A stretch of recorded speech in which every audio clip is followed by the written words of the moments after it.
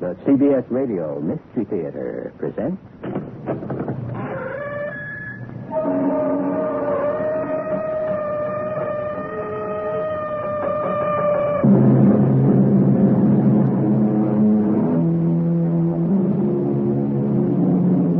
Come in. Welcome. I'm E.G. Marshall. There was a little girl who had a little curl right in the middle of her forehead. And when she was good, she was very, very good. And when she was bad, she was horrid. Is the true wisdom of this world contained in the nursery rhyme? Probably. Because we can all be either good or bad, depending on, well, each case is special. What does it take to make you behave badly? I would not wear that pearl if I were you, ma'am. You wouldn't. And why not? You wore it once when you were the beloved of an Indian Raja. 100 years ago, you were the favorite wife of this Raja in Delhi, India. He gave you that pearl, and you were murdered for it. What are you saying? I'm saying, if you wear it again, you'll be murdered again.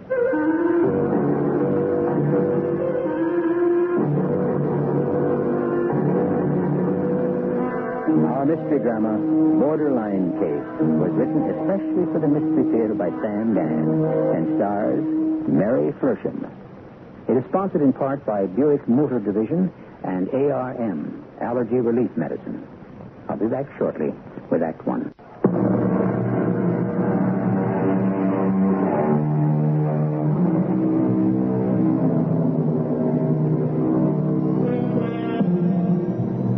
James M. Barrie wrote a fine and funny play called What Every Woman Knows. And what does every woman know?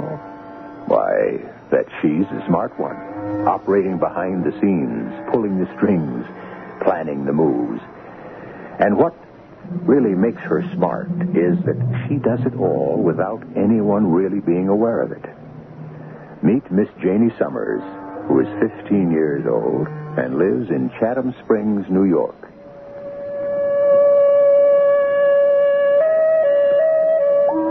We didn't always live here in Chatham Springs, up north near the Canadian border. We used to live in New York City, where my father was a detective, a member of New York's finest. So what are we doing up here in El Boondocks? I'll never forget the day I came home from school. Hi, Janie. Hi, Mom. What's wrong? Oh, well, what makes you think something's wrong? Okay. I walk into the kitchen and I see that paper bag you're using for the garbage. It's the kind they have at Stansel's, which means you were shopping there this morning. But we hardly ever buy at Stansel's because it's the most expensive supermarket in the neighborhood. However, it's the only one that carries those fantastic frozen pizzas I go ape over. For some reason, you feel you have to sugarcoat a pill. You think you have to do something nice for me. So, what's wrong? We're moving. Moving? Yes, dear. We have to move. Moving? But, Mom, I have a chance to be head cheerleader. I know, Janie. And Jerry. Jerry?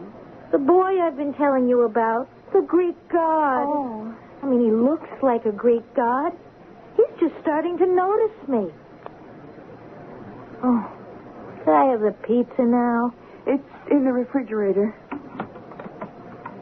Uh-oh. We must be moving far away. It's the extra large size. Yes, dear. We are. Not out on the island, I hope. No, upstate. Westchester? Hey, that might not be too bad. No, darling, I mean upstate. Chatham Springs. Which is where? Well, if you go a mile further, you're in Canada. Mom, you can't do this to me. Darling, we don't have a choice. It's Daddy. Daddy? Well, he hasn't been well. Why didn't I know? We weren't sure. What's wrong?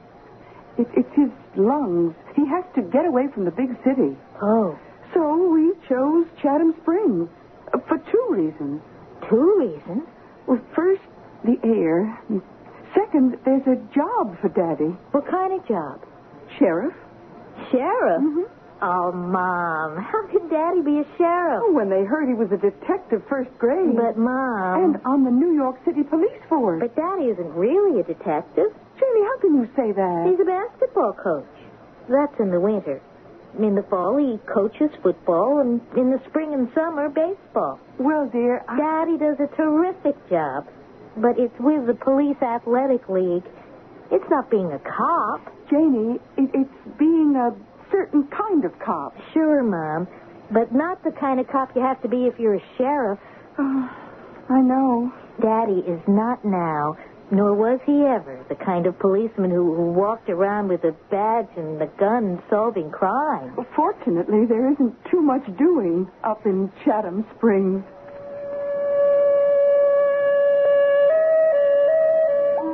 Truer words were never spoken. So, the next thing I knew, I was enrolled in Chatham Springs Regional High School. The kids dressed pretty much the way they do back in New York City, except these kids wore denim because they actually pitched hay and shoveled manure, plus whatever it is you do on a farm. Of course, it was kind of isolated. How'd you like a job this summer, Janie? I spoke to old Mr. Perkins at the hotel. The hotel? Yes, indeed. The Chatham Springs Spa. You mean that big old 1880s-looking place in the hills? Sure thing. They still use it? They sure do. The cream of society comes here for the baths. Oh, say, maybe Janie can meet a rich millionaire. As distinguished from a poor millionaire. Oh, she'll meet millionaires, but they'll all be 80 years old. It's very exclusive. Daddy, if all these rich people gather here, don't they attract crooks? Crooks? Where there's honey, there's bees. Well, that's why the town has a sheriff. Now, if you ladies will excuse me, I'll take my 7 p.m. cruise downtown and see if anybody swiped the sidewalks. Keep the coffee hot, Louise. Oh, now I know why they need a sheriff. It's the summer months. Did anyone tell Daddy about the summer hotel and the crowd it attracts before he took the job, Mom? No, they just said it's a quiet little out-of-the-way place with plenty of hunting and fishing where nothing hardly ever happens. What's Daddy going to do if there's a robbery at the hotel?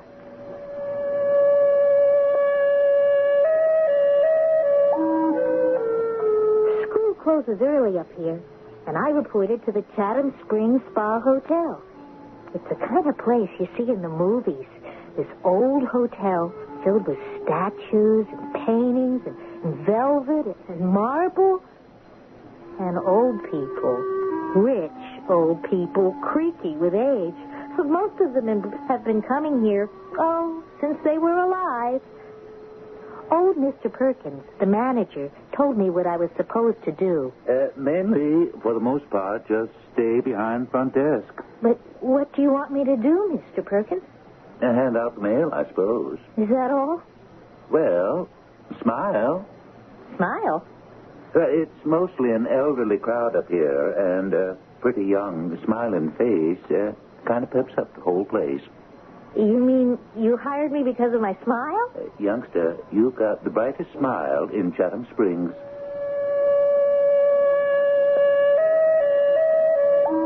So, I started to smile. I don't know how long I stood there smiling, but I was suddenly brought down to earth by this voice. This groovy voice. Hi, gorgeous. And there I was, staring into the deepest green eyes I'd ever seen in all my entire life. He looked to be 24, maybe 25. But it's all right. I need an older man, a mature man. He was tall and slender. Oh, and those eyes, those green, green eyes. Any mail for Mr. Doggett in Suite 322? I'll look. Thank you. Well, no, I'm sorry. You're Mr. Doggett's secretary, aren't you? Yeah, that shouldn't have been hard to figure out. I also just figured out why you're mad. Mad? Angry. What makes you think I'm angry? Do you deny it? Well, You've just been down to the tennis court. Hey. You been spying on me? They just painted the fence. It's still wet. That shirt you're wearing costs about $30 in the men's shop. Yeah, I'll never get this paint off the sleeve. Yeah, they should put up more signs. No wonder you're angry. Well, you must admit I conceal it beautifully. That is, from everybody but you.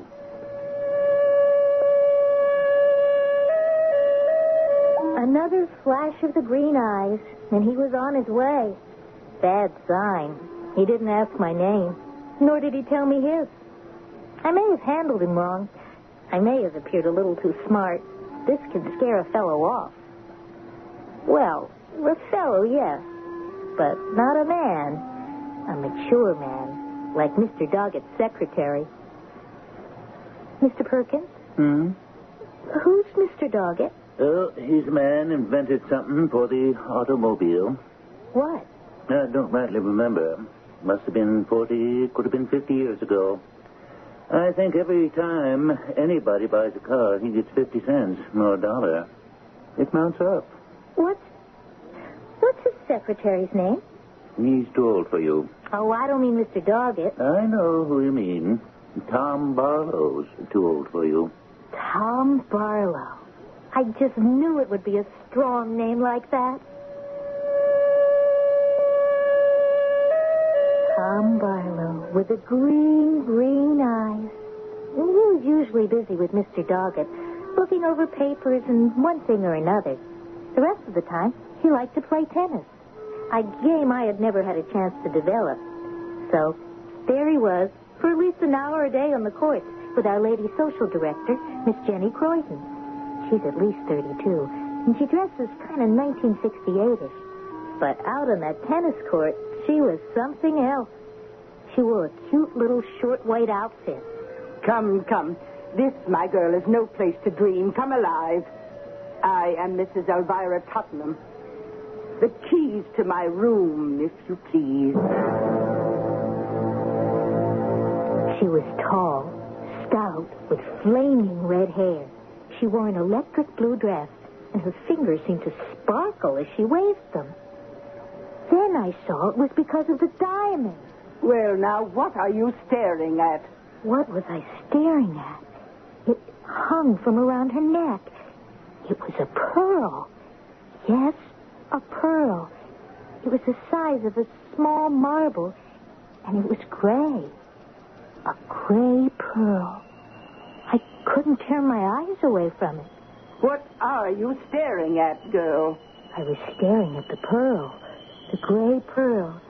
And as I gazed into the gray, it seemed my eyes were getting lost in the gray.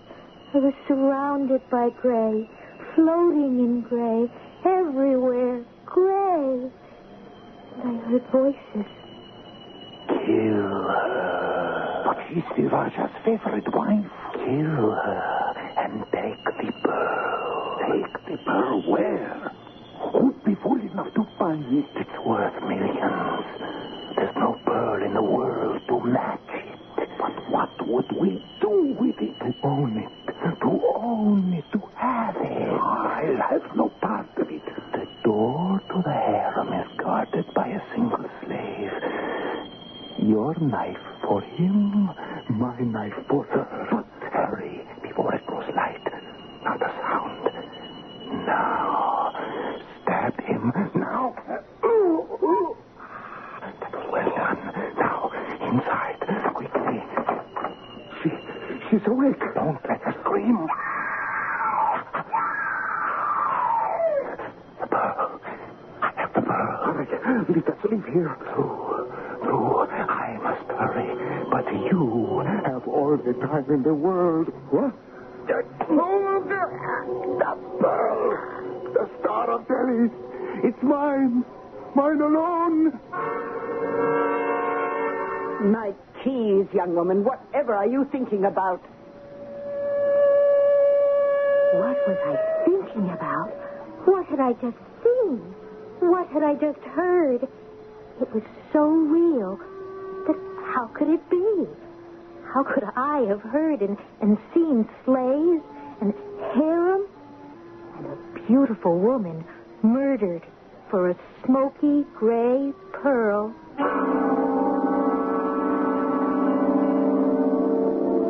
Yes, indeed. Can it be the quiet life in Chatham Springs is starting to tell on little Janie?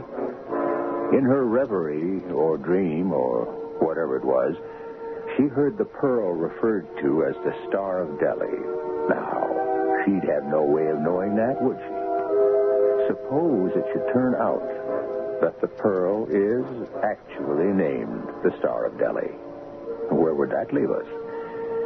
Exactly where we are, right here, waiting for Act 2, which I shall bring in just a minute.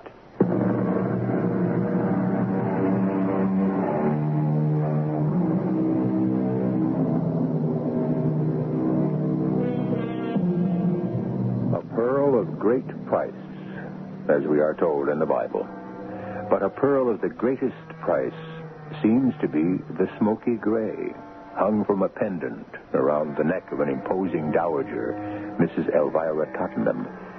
And it seems to have captured the attention, riveted the gaze of our young heroine, Janie Summers. I kept looking at that smoky gray pearl, and as I looked, I could hear voices. 2 men. They were sitting around a small table in a kind of room. I have the pearl, Sahib. Oh, I don't believe you, Bahadur Khan. The promised price, 100,000 rupees. That's the pearl. Why does the Sahib want the pearl? What can the Sahib do with the Star of Delhi? Show me the pearl. 100,000 rupees first in British pounds. You have the money? In this chest. Now the pearl. Behold, Sahib, the Star of Delhi. Yes, it is the star. And now, Sahib, I am to be paid? Oh, yes, Bahadur Khan. You shall be paid.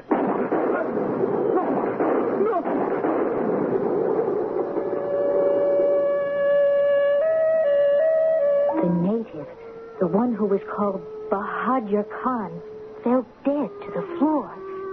And the Englishman picked up the pearl, the Star of Delhi. He looked at it and looked at it. He held it up, and a mist, a gray mist, seemed to flow from the pearl. Then the whole room disappeared in the gray mist. I saw faces, all kinds of faces. A judge in a deep black robe with white hair. A man with a scar. A man with one eye. Young lady, are you dead or stupid? I want my key. Mrs. Tottenham. There's some difficulty. Welcome again to the Chatham Springs Spa. Perkins. Still alive, I see.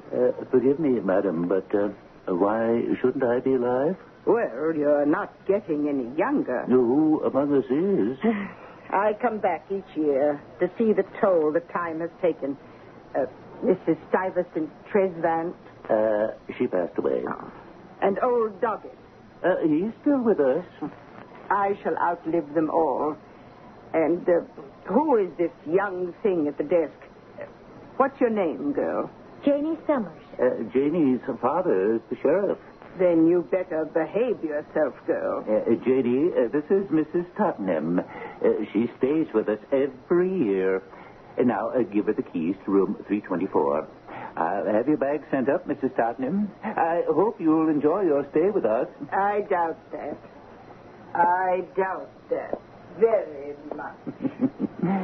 She says that every year.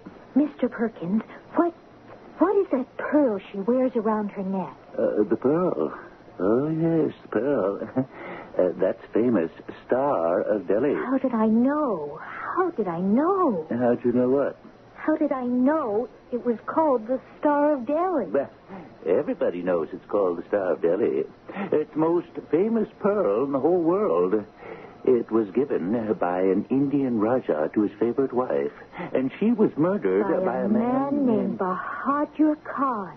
Oh, Well, then you do know the story. No, I don't. I really don't. Well, Mrs. Tottenham sat down with me one night and told me how this thief, Bahadur Khan, and a Confederate stole into the Rajah's harem, murdered the wife. And then Bahadur Khan knifed his pal.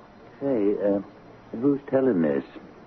As I was saying, old Bahadur Khan then sells it to some English soldier of fortune who pays him by shooting him. Then this Englishman gets himself strangled and, well, before you know it, that pearl is leaving a trail of blood around the world and back. I know. You heard of them bad luck jewels that are supposed to bring nothing but misfortune? Well, that there is the granddaddy of them all. All the time Mr. Perkins was talking to me, there seemed to be a mist over my eyes, a grayish mist. Because of it, I couldn't see very clearly. If I could, I would have seen something that would have scared me very much. But I'll tell you about that later. Meanwhile, I was scared enough as it was. I was so scared, I decided to... Quit? You mean you want to quit your job? But why, dear? I told you why. It's the pearl, the Star of Delhi. Oh, that. It brings death to everyone who owns it. That's just a legend. People who own pearls like to make up dramatic stories about them. It increases the value. These aren't made-up stories. I went to the library, looked up some old newspapers. You don't want to believe everything you read. Even when they mention dates and places and the results of trials held in court. All right, let's assume it's true. Louise, how can a thing like that be true? For the sake of argument, the bad luck only comes to the owner of the pearl or to the one who steals it or buys it. Isn't that true? Yes, Mom. Well, then, how does that affect you? I looked at that pearl, at the smoky-gray pearl, and you know what? I feel that I must have it. Janie. I know it's wrong. But, Janie, you're not that kind of person. Oh, what kind of person? The kind of person who would steal. You're not a thief or a murderer. Neither were any of the other people who took the Star of Delhi. None of them were thieves and murderers originally. The first man who stole it, Bahadur Khan, he was the Rajah's cousin. He was a most honest, a most trusted man. He may have been fooling the people. What are you trying to tell us, Janie? I don't trust myself when I'm near that pearl. But why? Janie, you were never one for diamonds and jewelry. I know. But that pearl... Yes? It scares me. I looked at it for the first time, and I saw all those things, and how can I account for that? Well, there's an explanation. Yes, Daddy? What? Yeah, I don't know exactly, but there has to be some explanation. Well, look, I got to get down to the office. See you ladies for supper. Mom, what should I do? Now, you said the pearl scared you. But you didn't really tell us why. I didn't want to say it in front of Daddy. Is it because you're afraid you'll want to steal it yourself? Yes. Well, don't worry. You won't. You don't know how it is. I look at that pearl, and there's nothing else in the whole world. It'll be different next time. How? Janie, there are 3 types of people in the world. Honest people, thieves, and borderline cases. Now, the honest people never steal. The thieves always steal. The borderline cases think they're honest, but they bend with the strongest wind. Then I guess I'm a borderline case. Oh, no, you're not. What you were doing was having fantasies. Doesn't that prove that there's something wrong with me? No, it just proves you're alive. Now, are you going back to work at the hotel? Well, I don't suppose I would have quit in any case. After all, Mr. Green Eyes is there. Hello, Janie. Who told you my name, Tom? Same person who told you mine. Well, how are things? Just fine. Hey, that's a cute blouse. Oh, Do you really like it? Oh, yeah. Green's my favorite color. Mine, too. Now, what do you suppose can be keeping Jenny Croydon? We had a 1:15 date to play tennis, and there she is. Excuse me, Janie. Hey there, honey. You shouldn't wear your disappointment in plain view, my girl. Neither should you wear your pearl. What are jewels for if not to be shown? He's a very ordinary young man. Not all that young. You may think he's handsome, but what do you know about men? I see you're no longer impressed with the Star of Delhi. I think it's beautiful. But that's all. You don't get lost in it. Good for you. I can tell by your eyes. But isn't it dangerous to wear that pearl? Look inside my handbag, girl. I have something to show you. What's that? A sheriff's daughter, and you don't know a .45 caliber pistol when you see one? Notice, it's a .45, not a dainty little .22. With a .45, you could stop a rampaging elephant if you hit him in the eye. And my girl, I could hit him right square in the middle of his eye.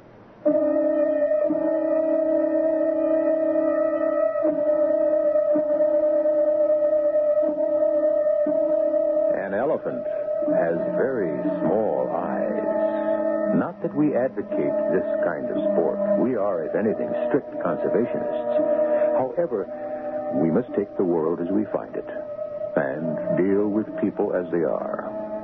Well, we have, if I may revive a popular expression of 2 decades ago, a pistol packin' mama and a pearl of fabulous price. Will there be fireworks? Don't you just know it. Act 3 will be along shortly.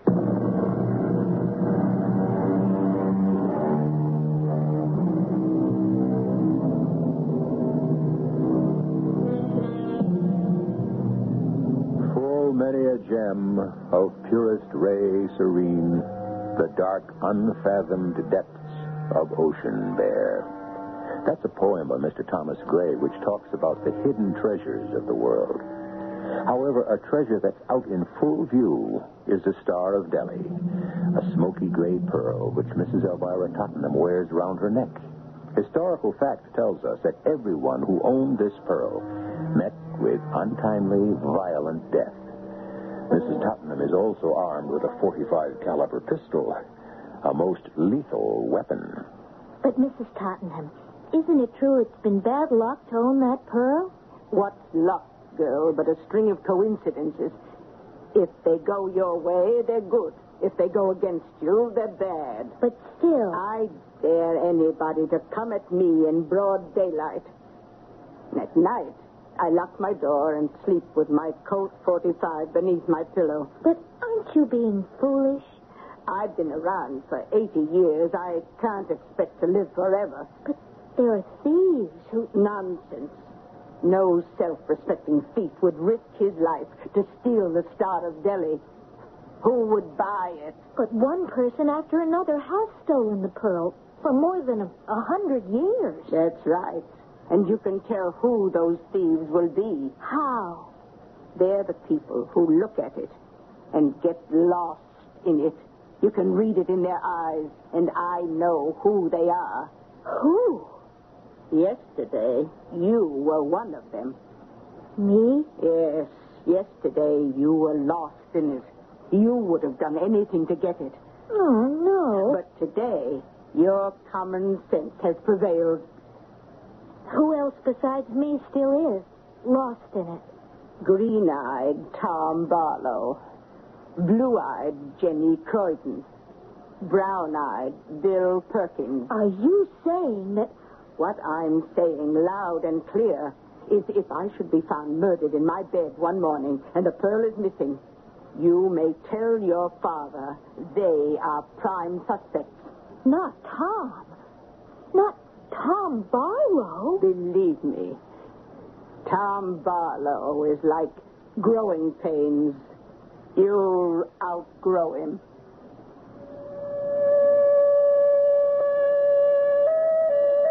Lost in the pearl. In the Star of Delhi. How were they lost in it?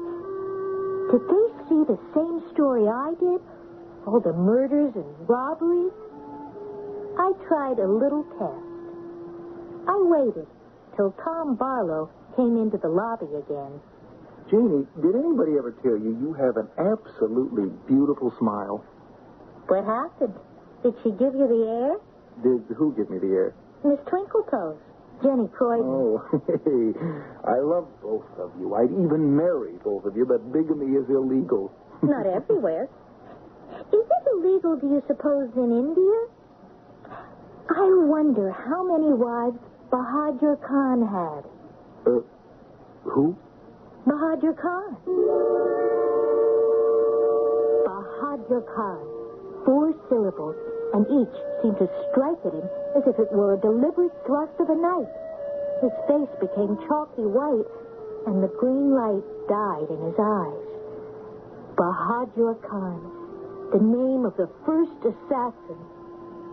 Once again, I saw the dim, dark hallway, the massive door, the 2 men, and the 2 voices. We'll kill her and take the pearl. But what can we do with it? To own it. The door to the harem is guarded by a single slave. Come, help me. Your knife for him, my knife for her. And I saw them move stealthily towards the huge, well-armed slave who stood by the solid wooden door. He didn't see them, and suddenly there was a knife in his back. He dropped to the floor. And now, for her. I watched what I didn't really watch the first time. I saw the one killer, the one named Bahadur Khan, move toward the divan. I saw a young woman asleep. The first time I had closed my eyes, but this time I forced myself to keep them open.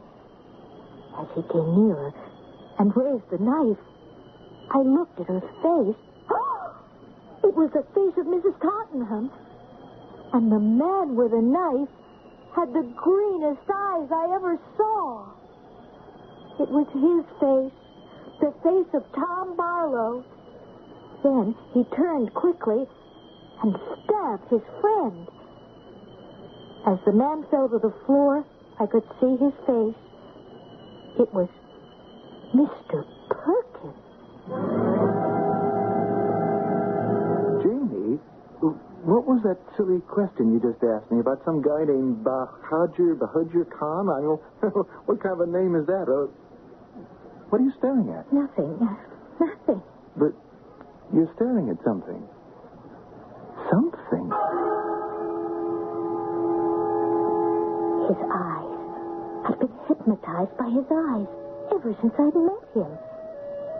But now, there was something about his eyes that was different. Something I'd noticed in my dream. Or was it a vision? One eye was greener than the other.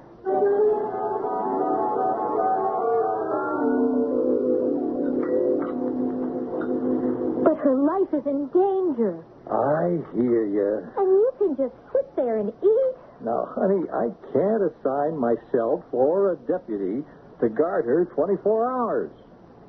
You see, Janie, there are some people who ask for trouble. Your Mrs. Tottenham is one of them. She flaunts her wealth, constantly tempting, attracting. But surely you can do something. I did. I warned her she was acting foolhardy. Did you check on Mr. Perkins and Tom Barlow to see if they have police records? I did, and they haven't. They're what your mother would call borderline cases. Would you do something for me, Dad?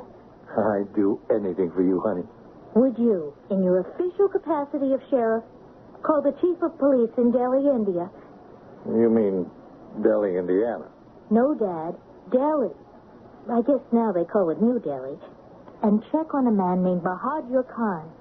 He was murdered in a jewel theft about 100 or so years ago. Janie, are you serious? Dad, I have to know. Please, put on your official voice. Get New Delhi, India on the phone, just like this. Operator, This is the sheriff's office in Iroquois County. We want to talk to the chief of police in New Delhi, India. That's fine. Have the overseas operator handle it. Just one moment, sir. Daddy, I got the chief of police in New Delhi. Janie. Remember the man's name, Bahadur Khan. Chief? This is Sheriff Summers of Iroquois County, New York. Summers. No, I don't believe I got my blue at Harrow.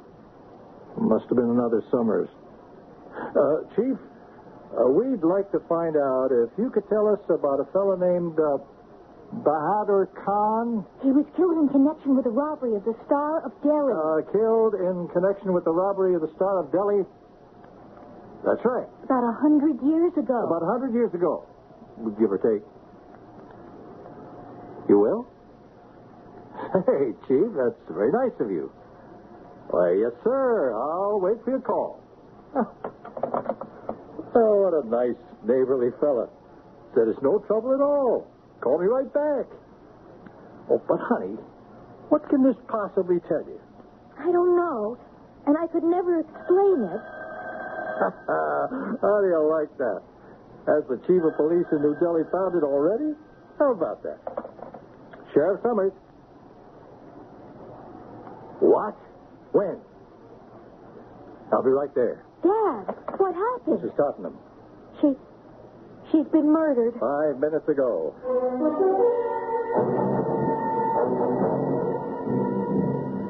Okay. Everybody here? Perkins? Barlow? Yeah. Miss Croydon? Mr. Doggett? Yes, sir. Are any employees missing? No, Sheriff. All right. So we got everybody who's in the hotel. Oh, we're fortunate this didn't happen at peak season. Now, according to the story I get from everybody, at 5 minutes to 10 tonight, you all heard a shot. Right, from Mrs. Tottenham's room. You all ran to the hallway and you went in.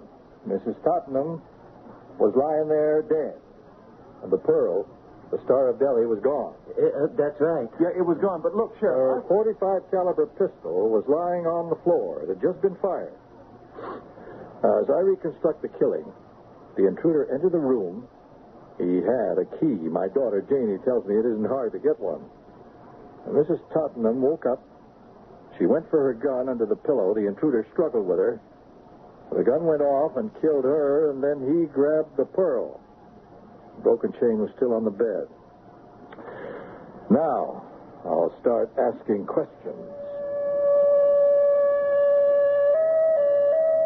And he did. Daddy wasn't bad, but he got nowhere. Jenny Croydon was in her room. Tom Barlow was out walking. Mr. Perkins was in the hallway on the floor above. And so it went. Nobody had seen the killer leave. Well, I wasn't listening to answers. I was busy checking legs, trouser legs. I was so intense that Daddy noticed it. Janie, what are you doing? Looking for the killers? What are you talking about? Daddy, you couldn't watch Mrs. Tottenham 24 hours a day. She didn't want to hire private guards. So, I decided if we couldn't stop anyone from going into her room, at least we could find out who did go in there. I don't understand what you're saying. All right, everybody might as well hear this. Last night, I got some ordinary thread. I rubbed some chalk on it. I stretched the thread across Mrs. Tottenham's doorway, just about a foot off the ground. Against the white door, it would be invisible. But anyone going in that door would break the thread with his foot. Therefore, he would have a white chalk smudge somewhere between his knee and ankle. Are you looking for it, Mr. Perkins? There he is, Daddy. Stand still, Mr. Perkins. I didn't do it. I must inform you of your rights. I don't have the pearl. You can search me. You could have hidden it. I did go in there to steal it. You admit that? I had to have it. I got the key to her room. I figured she'd be asleep. I stowed in there. But I saw that in order to get it off her neck, I'd have to kill her. Well, I stood there, and she opened her eyes. She looked at me, and she said, Perkins, what is this? You're not a thief. You're not a murderer. Don't force me to kill you. Mrs. Tottenham, please, put away that pistol. Why should I? Why shouldn't I kill you? The law would be on my side. Please, I don't know what got into me. You had a moment of weakness, Perkins. The lesson will last you your whole life long. Go. We'll say no more about it. That's what happened. When I went out, I was so nervous, I must have neglected to close the door all the way. The real killer could have happened by and you don't believe me. But it's true. Every word.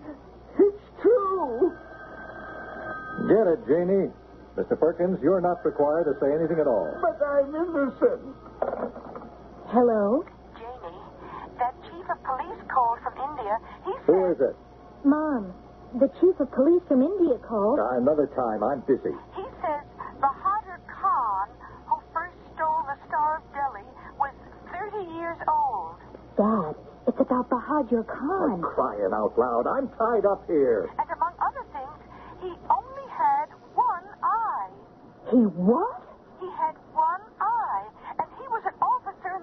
Mom, I'll call you back. Mr. Perkins, I'm sorry, but I'll have to ask you to come along with me. But I'm innocent. Dad, if we could find the pearl in someone's possession, that would prove he was the thief and the killer, wouldn't it? Search me. I don't have it. Of course not. Tom Barlow has it. Do you, Tom? Well, if I do, it was because it was planted on me. Perkins could have slipped it into my pocket. I did no such thing. Dad, you better be ready with your revolver. Tom Barlow may be armed. Hey, Jimmy, what are you... I'm sorry, Tom. But my mom knew about people like you. Borderline cases. You happened along the hallway. You saw the door to Mrs. Tottenham's room wasn't quite closed. And so... Sheriff, your daughter's a little girl I'm not a little girl. who makes up stories. But Mrs. Tottenham woke up. And in the struggle, you killed her. You snatched the pearl. You ran. You can't prove that. You've got the pearl. Where have I got the pearl? Sheriff, search me. I demand to be searched. Now, Janie... Daddy, Bahadur Khan had one eye. And so does Tom Barlow. The other one is glass. And inside that green glass eye is a smoky-gray pearl.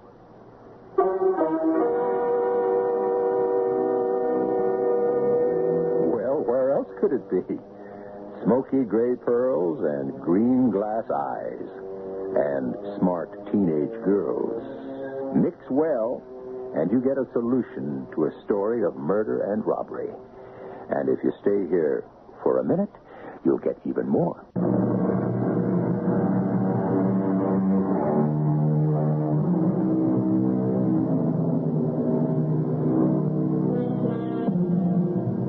Is there a moral to our story? Of course. None of the evil in this world is committed by the good people.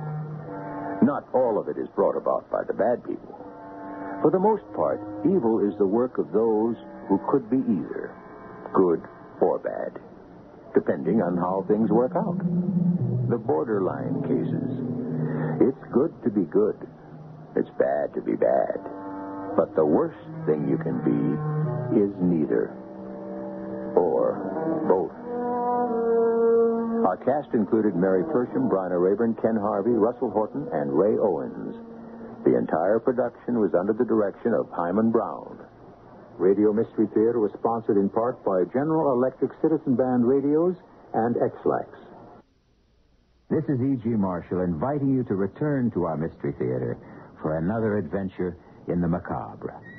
Until next time, pleasant dreams.